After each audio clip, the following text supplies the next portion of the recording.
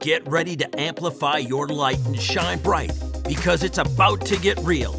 Join Spencer Jones, the Prince of Positivity, and get energized with this episode of the Jonesin For Show. Let's go!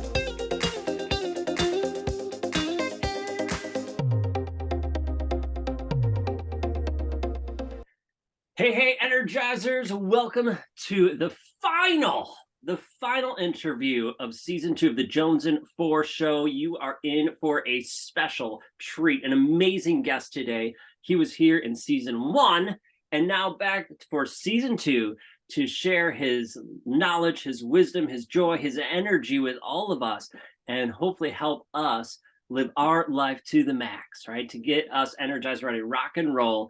This guy is incredible. I have known him for the past 3 years, and he has changed my life. I've gotten to know him not only through business, and through his guidance, we have grown our business exponentially beyond our wildest dreams, and we're going strong. We got these big dreams and goals he's helping us achieve. But we also got to know him as a brother.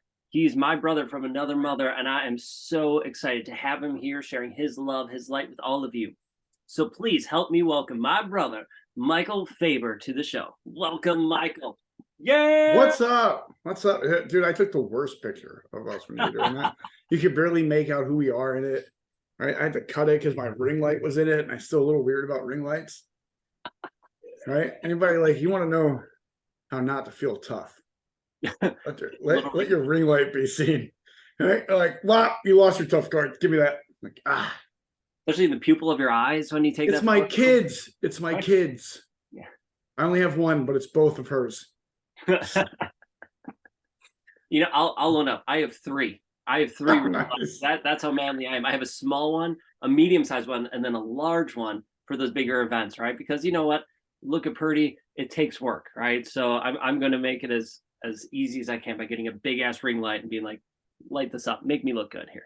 It doesn't surprise me at all. You're the first person I ever did a show with that sent me a makeup artist. I was like, yeah, I don't do makeup for a show. Right? Like, I don't know what that means. No, I'm kidding. That'd be great, though. That would be great. Why can't we do that? I told some guy on the internet today that everybody's tough now when we're between screens. Isn't that the truth, right? Isn't that the truth? So let's actually dive off of that, right? Everybody seems tough nowadays, or they're behind the screen and they're the keyboard warriors, as it were, and they're spewing their stuff. You've been reported on social media. I've been reported on social media. I don't even know what the hell I got reported for. Maybe saying hell. I don't know. Being awesome. Right? Sharing my light. Like, no, don't share your light. Well, it's aggravating. It's frustrating when that happens to us. And I mean, whether we know the reason why or not, it's frustrating. But how can we stay firm with ourselves and keep to that mission when we're getting battered and hit by all sides, it seems, from belittling us, especially from people who we never see. We just hear and see their names or emojis and their comments. How do we stay strong? Right. Tell me some of the people that you really respect or look up to in history that have done like crazy movements or big things or changed the world. Big people who have changed the world. Okay, so I'm going to, Abraham Lincoln, one of my favorite presidents. God, he got shot in the head for it, right? This dude, you're right. Abraham Lincoln, one of my huge guys that I look up to. It's like he's an unknown mentor, right? I call him. Read a lot of his books and a lot of books about him. He was so hated on, spit on, betrayed, literally assassinated, right? Because he just wanted to do something good, right? Because he wanted to do things that he believed in, that he thought would make us what he thought we would be or wanted to be, a better version of what was, right? So and when you go through like Martin Luther King Jr., dude, assassinated for it, spit on, beat up, incarcerated, right? Like you name it, you name the people that have done some of the most amazing things, and they took hell of friction, man, hell of resistance, right? I always laugh. I live in Delaware now. It's in Georgetown, Delaware. Yeah, I'm not a mystery. You can come find me if you want. There's not a lot of people here. Weird though, a lot look like me. If you wouldn't imagine. I fit right. I'm a chameleon. I blend, right? Thank God it's not back in the New York days. I have short hair and a fake tan. Making fun of New Yorkers. You're welcome.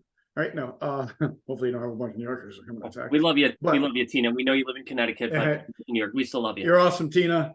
Right? So in Georgetown, Delaware, the people were protesting. They were protesting building buildings. It's a really weird thing here, but they stopped the build. There's too many people and too many buildings, right? And not enough roads or something. They said, but right? I was like, we need more roads. Like, all right. I guess that's a problem, right? Now I'm waiting for these like villages that are like in the middle of nowhere with no roads. I'm like, how do we get there, right? That's what I think is happening somewhere in Georgetown. I would assume helicopters just fly in. I think. Yeah, they wealthy, well-off people. Funny story: the president actually does fly to Georgetown, Delaware, at the airport, and then they drive him to Rehoboth because he has a house. It's about 20 minutes away from us. Real fun. Love it. Love not being able to drive down roads because he might land at some point in the next couple of days, and they don't want people to know exactly when. All right, so it's awesome fun for us locals. Makes you hate politics even more. No, but there's a protest on one side of the street, right? And what happens because there's a protest on the one side, all of a sudden people start protesting what the other people are protesting.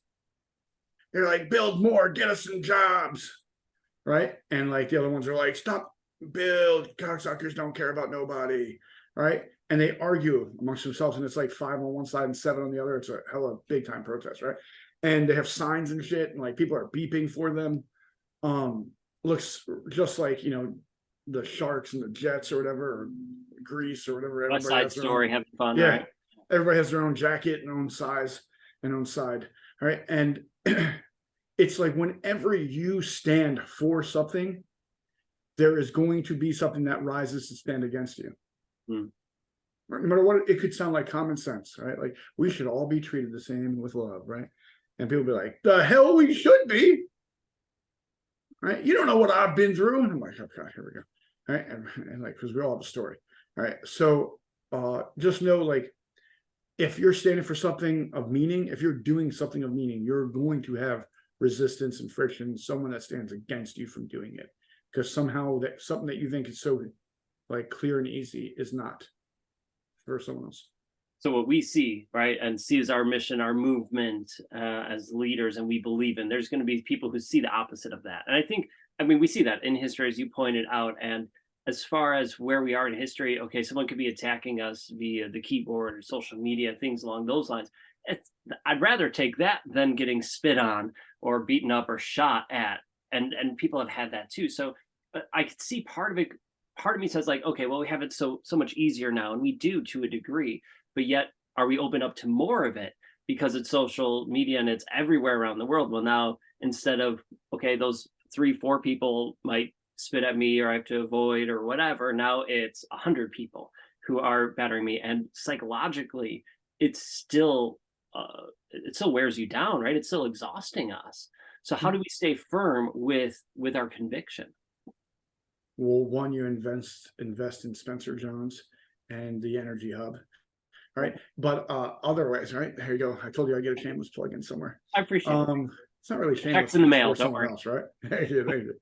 I want all the royalties. I think now it's harder to escape, and it's more consistent. I think it's less. I think before it was more physical. Right. I think it's much more less physical now, but much more mental, right, and emotional. Right. See, the sirens are coming at me. So when I look at it, I think we can't escape it now. It's 24/7. It's at the touch of our fingertip, and it's 24/7. Which also makes it easier for others to continue to do it. Right. Like just as it made it easier for you to stay course and do it more often and go at it, it made it for the haters to be easier to hate. Right. So it made hating easier. Right? Like I said, back in the day when we had to do this in person, if you said something and someone stood against you, someone might get punched in the face. Yep. And look at my teeth. I've been hit before, right? Like it's sometimes you gotta be willing to get hit for what you believe and say. And sometimes you don't even know you're gonna get hit for what you believe and say. Right? Have I learned that one? No. But so now it's like, and it's not as aggressive, right? And this is part of the problem too. Previously, you know how committed you had to be, right? Like, to know you're going to a place that you could get beat, shot, killed, right? Dragged on the street. And you had to be so committed to it and convicted to your belief that you're like, I will risk it. Mhm. Right? Like, wow. Right? Like now it's like I can go post some shit on Facebook and just turn off my phone or something, right? Like it's easier now to be part of something or to stand for something. But here's the problem: by making it easier, we've built less thick skin for the resistance. Mm. Right? It's like when I talk to you about sales, right? And I went door to door salesperson. My first sales thing was going door to door selling. That was awful. People said horrible things, right? Like it was a great way to build thick skin, right? Like you build scar tissue over all those tongue lashings I took going to someone's door, right? And shit, they threatened violence. They threatened their dog to get me, like shoot me. Someone told me they were going to set me on fire. I was like, Dang. I was very confused. I was like, I don't even understand that at all. Like this is like some shit I didn't even read about. Hold up, all right? But now in sale, it's like it made selling easier for me now because I built up sort of thick skin, and now it's like everything's done through either Zoom or call, or it's very rarely where I'm standing in front of someone on their doorstep talking. Well, it's never that.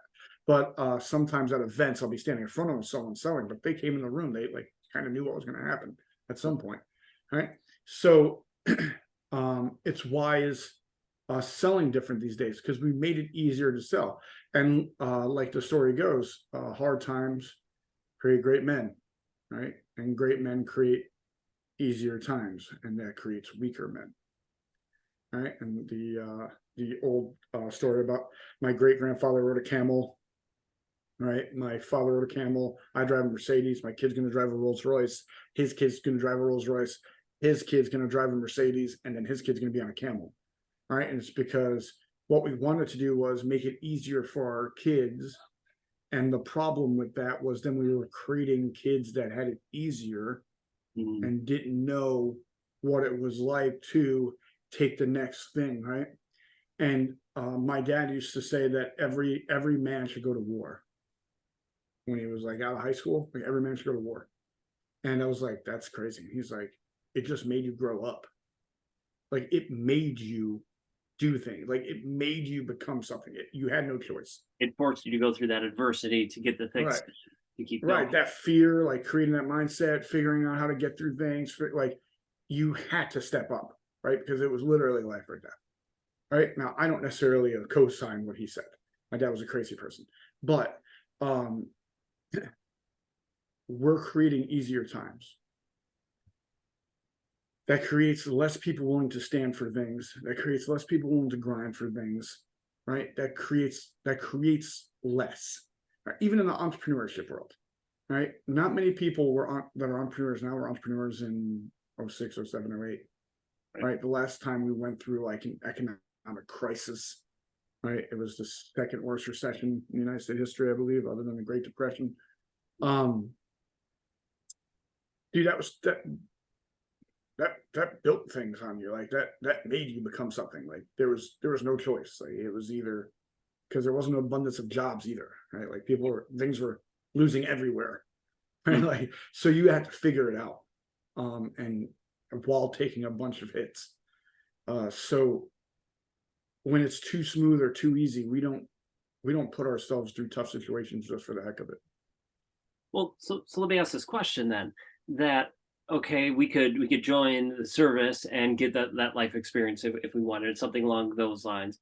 Obviously, life will throw us those curveballs, economic recessions and different struggles that can give us a tough skin. But what about let's say those things don't happen and we have that choice, like as you mentioned, like that wave, the highs and lows of it, and this ebb and flow, right? So camel to Mercedes to Rolls Royce, and then back up, and then continue that progress, or that pattern. I mean, continue that pattern. Well, what can we do now to to change that, we have to take initiative. How can we put ourselves in adversity, I suppose would be the word for it. What adversity can we put ourselves in, or what would you suggest that's going to help us, give us that thick skin to grow, and yet not affect in a negative way the future generations, or at least help us with the next one? Right. I mean, there's always like David Goggins runs the ultra marathons where it's like 100 miles. Right. Like that's insane. I'll die. Right. Like, I have no. yeah. Right. Like, but that's putting you through hell of trial and tribulation. Right. Right. If we're talking in the business world, what's 100 sales calls look like? Can you do 100 sales calls in a day? That's a lot. Right. That's a hell of a lot. Right. I mean, like, that's a lot. Right. And you're not talking about sending a message, 100 messages. You're talking like, nope, hopping on a call, calling a number. I remember right. I've cold called how many people before with other businesses, other things I've done, and it's humbling, all right, at times. Oh yeah, but it's like we sit there and we say 100 calls, and me and you both are like, oh. Right, and it's like, but that speaks to something, right, because if it was you needed it to keep your house, I don't think you would even count, right? You would just call, right? It's we can put ourselves through situations that doesn't equal life or death, right? But starts building, right? That muscle memory, right? Being able to handle resistance, right? It's David Goggins said something once in a talk, and I was like, and right after I started doing it, right? And he was like, and now like cold baths are like the thing, right? Like, remember when I was an athlete, I hated cold baths, right? So like, I was like, no, I took all my cold baths when I was in teens and 20, right? Like I've done, right? Like, now I've taken some, but David Goggins used to say that he used to like torture himself in the shower.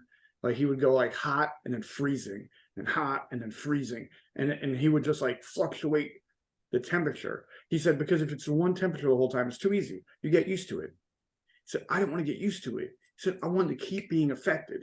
He said, because one day I'm going to get a call that my mom's not here anymore. And I can't fall apart. Too many people depend on me. Right. And it was just like, right. Because, I have a close relationship with my mom. One day I'm going to get that call. Right. And I can't fall apart from my people. I got to stay. Like I gotta keep moving. Right. So it's like, how can I build that toughness? Right. And I'm not talking about punching someone. Right. Like there's no toughness in that. Like we see guys train 6 months and get knocked out in mere seconds by someone else that trained 6 months. Right. Like hitting someone, as much as everybody wants to think it's like badass shit, like the luckiest person wins a fight. Right. Like whoever hits someone in the right spot at the right time, it's a rap, Jack. I don't care what your name is. Right. So like that's not tough to me. If you're willing to stand your ground against adversity like that, that's tough to me. I never thought just the person that won the fight was tough. I thought both people, if they were willing to fight, were tough. Right. Because you knew they were willing to. Right. So if you messed with them, you knew they were going to stand there. Right. Like you were going to have to prove it. Right. Like they weren't going to just let it go. Like, oh, you're right. Right. Like that wasn't going to happen. Right. So to me, that was tough because they were willing to stand in that line. Right, knowing that you might get punched in the face because of it, right? To me, it's how do we build that for those moments, so when the world does literally fall apart for us, crash, right, explode, at least the one we know of, that we can still move forward, right? And it's doing those things you don't want to do, dude. I do not want to stack hay ever. Right? Like there's never a time where I'm like, dude, I'm so excited to stack this hay today. I've never said that in my life and I never will, right? Stacking hay sucks. It's typically hot out. It's in a like non-air circulated barn, right? That you're stacking it 10, 12 feet high. Right. There's no machine that just puts it everywhere. Like you have to throw it up and then climb up and stack it right. Or have someone waiting up there, throw it up and have them stack it. It's hot it's hard to breathe, right? And you're normally not doing 10 bales, right? You're normally doing 100 or more, right? It sucks. I rarely ever miss a hay day, I build toughness, right? Like, do the shit you don't want to do, right? Like, dude, I hate making beds. I don't understand it, right? Like, I'm literally going to get in this thing today, right? Like, what? Right? Like, I don't get it ever, but I make a bed. All right, little things that you can test yourself, build yourself, push yourself, and be able to take things going against you and having the resistance. I think is good at the end of the day for your soul. Well done. To intentionally face adversity, big, small, everywhere in between, and be intentional about it. So you build that toughness, that thick skin. So when life crumbles around you, things happen. You're ready to. You've shown yourself, and you built up the ability to deal with it, withstand it, and persevere through that difficult time. All right. Hey, are you ready to crush it, to go after your dreams and goals and live your life to the max? Well, of course you are. That's why you're here listening or watching to the Jonesin For Show, and I appreciate that. Thank you so much. But sometimes we still get stuck, right? These podcasts, this show is great, but that's not everything sometimes. Sometimes we need a little more. And you know what? I get that. What helps me and what has helped me and continues is a community. And surrounding myself with people who are amazing, who are like-minded, like me, going after goals, achieving big things, and pushing themselves and others to be their best. Wouldn't it feel amazing to be surrounded by a community like that? To be surrounded by people who are like you, who have big goals and dreams, and they're going for them. Not only are they going for their goals, they're helping and encouraging you to go after yours. Well, if that sounds interesting, if that sounds fun, if that sounds like a community you would love to be part of, well then come check out Spencer's Energy Hub. That's right, I have our membership community, well I should say we have a membership community that's here for you. I say we because we are the Energizers, just like you. We energize each other to be our best. We have monthly rock star interviews, right, where we interview masters in their field. We have weekly trainings. We meditate every week as a community, and you can hop in and join us. You get special access to me along with an incredible community of people. So if you are ready to level up, if you are ready to be a rock star and crush your goals while being surrounded by an incredible and amazing community, check out Spencer's Energy Hub. All you have to do is go to spencersenergyhub.com and check it out. Or if you want, just head over to my website, www.spencermjones.com, and check out the hub.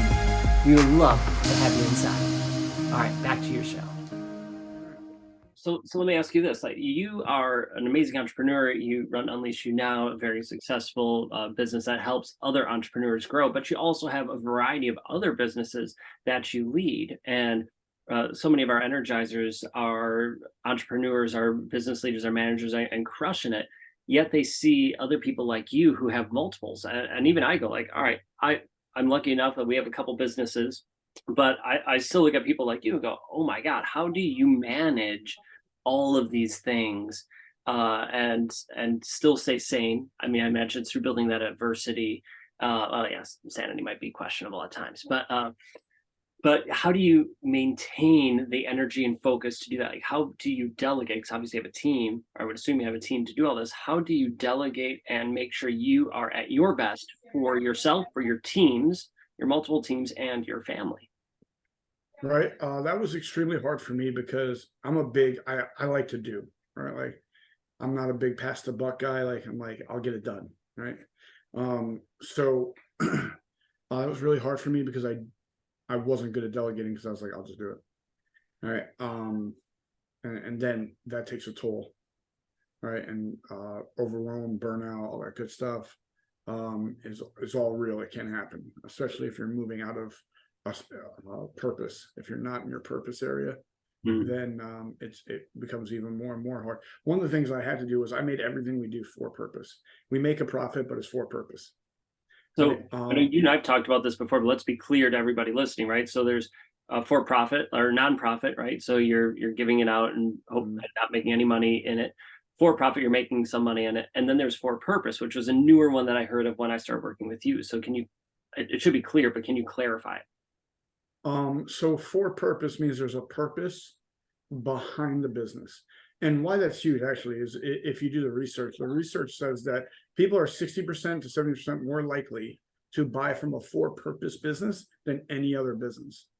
Wow. All right, profit or nonprofit.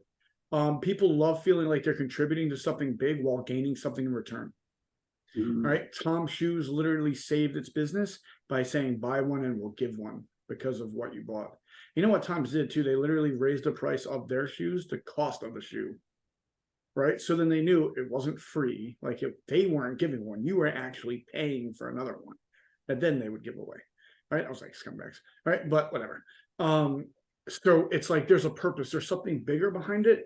There's a couple of things I want to do for purposes. A couple of ours are for purpose for me, right? Like things that I super care about, that matter to my core. And then there's things in there for our people or our community.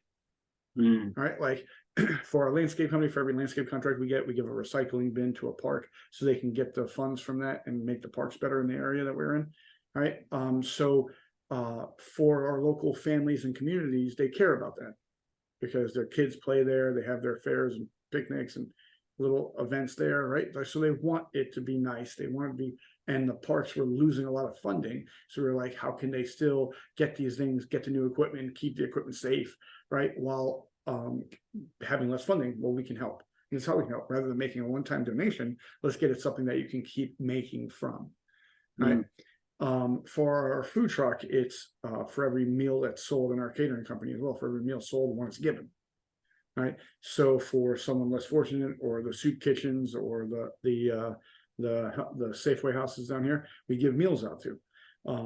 That's another community thing. It makes the community better. It makes it feel good that people are around, they're having opportunities and being able to eat, because sometimes times get tough for everybody. And so we try not to judge and let's support. So it's like things like that you can serve and give back. No longer some to yourself, like Unleash You Now is where to end suicide and self-image behavior. That's near and dear to my heart. Right. It matters. It makes it bigger than just a product.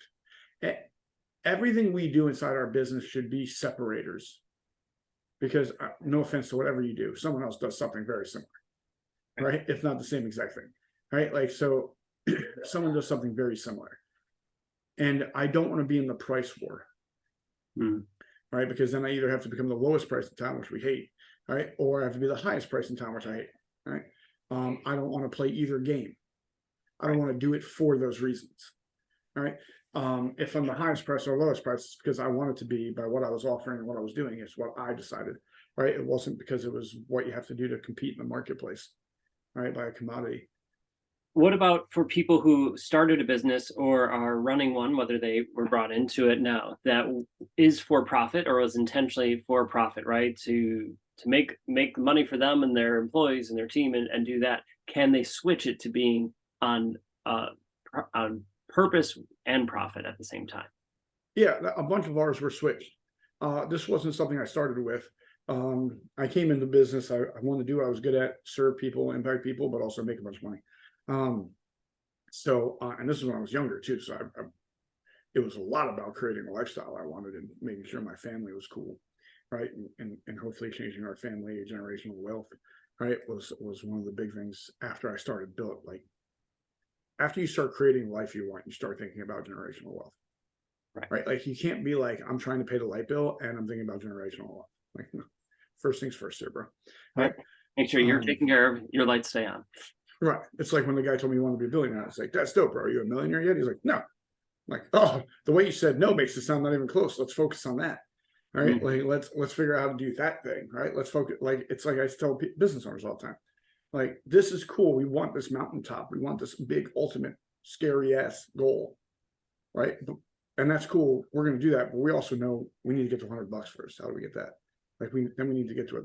How are we going to get that? That's achievement stones along the way, and we want those things because as we see progress, we stay motivated, we stay disciplined. We have to see progress. People quit the gym in 3 weeks. Why? Because they work for 3 weeks and they're like, I don't see shit different. Right.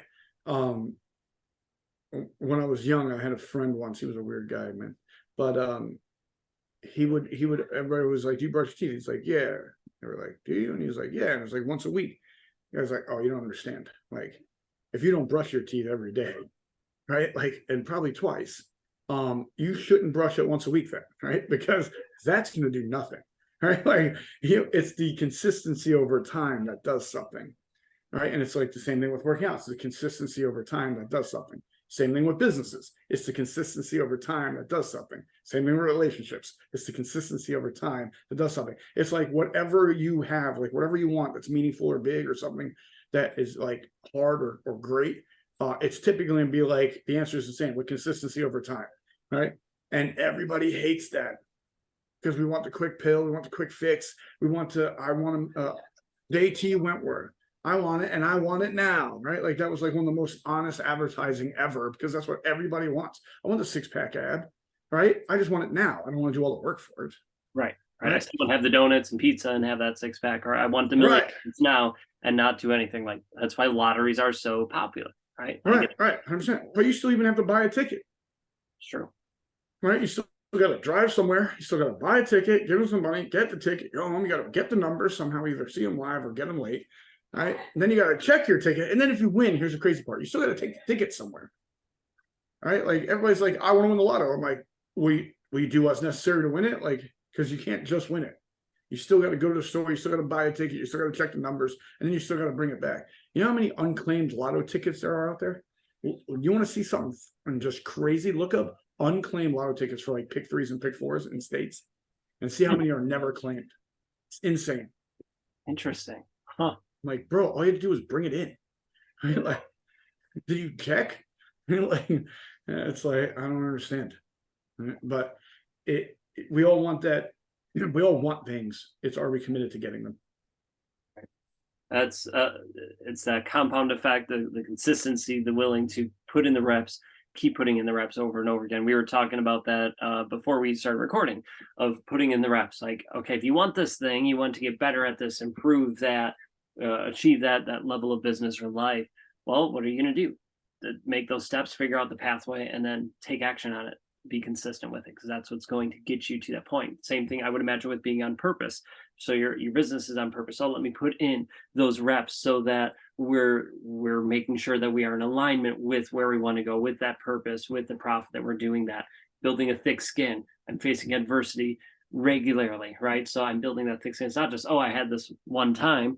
Sure, I faced adversity once. Great, now I'm set for life. No, you're better off than you were before. But let's keep facing it and making sure that you still stay energized throughout it and after, so you can keep crushing it.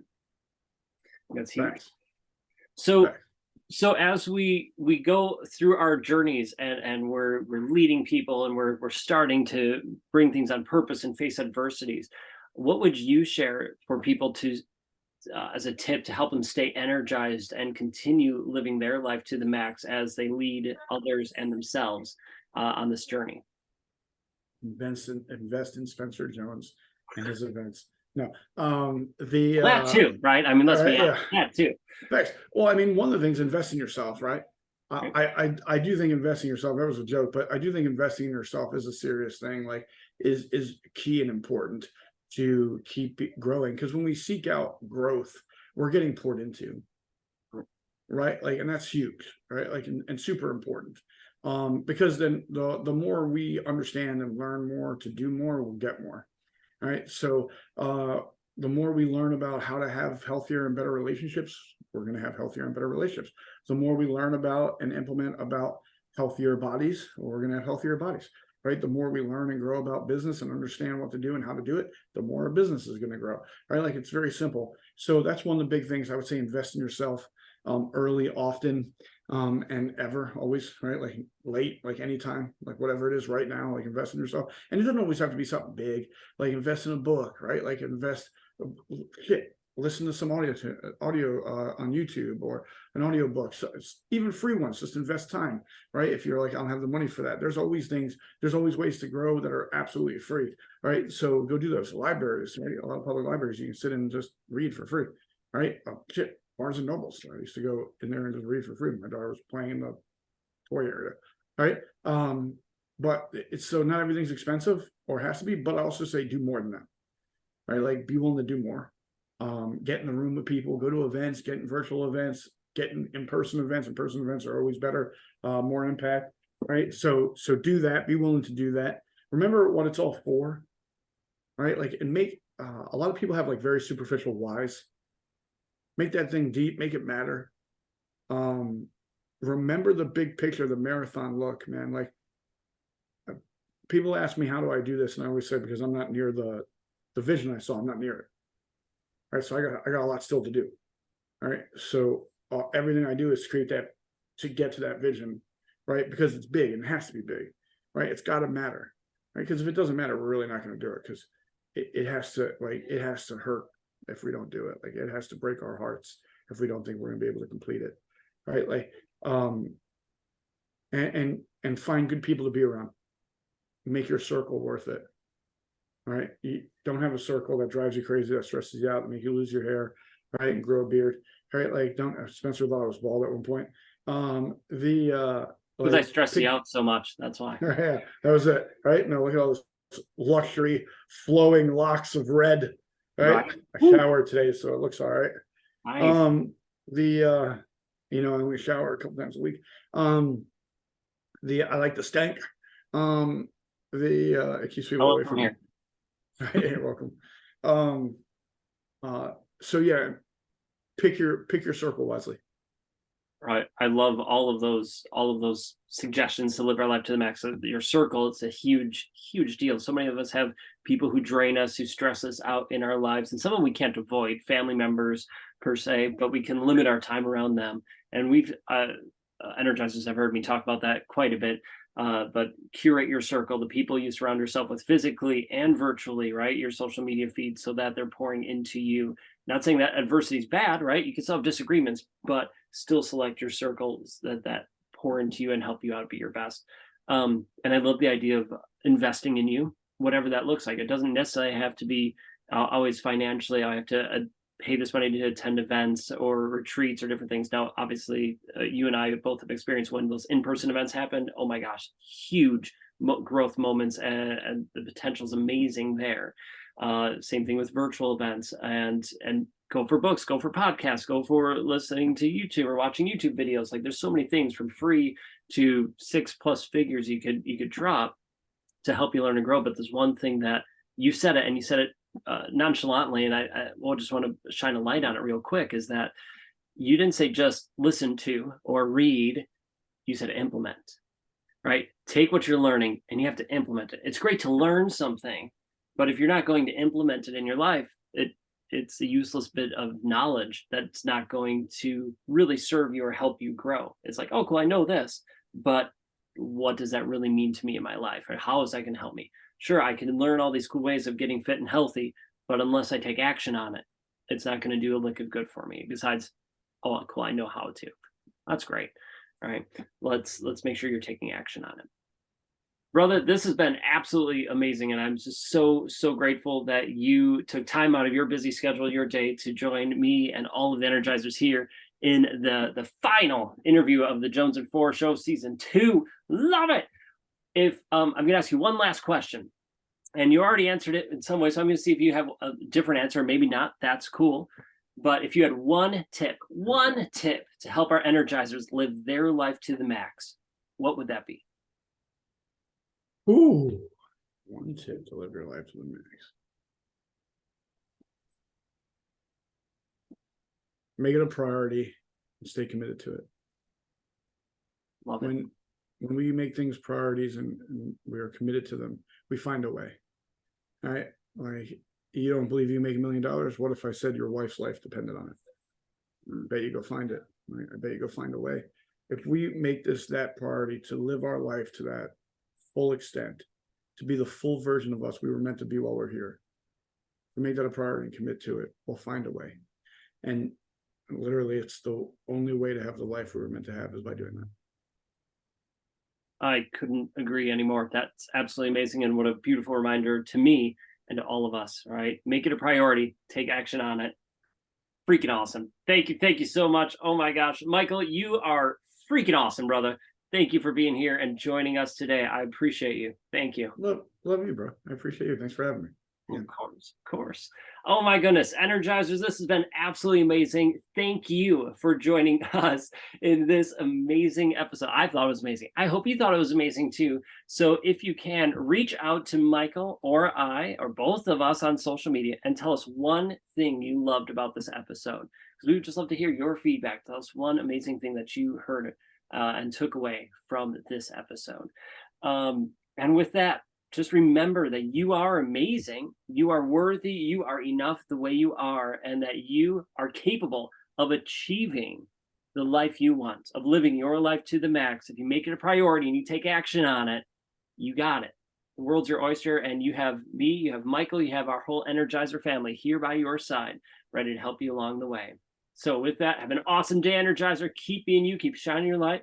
Until next time, we'll catch you later.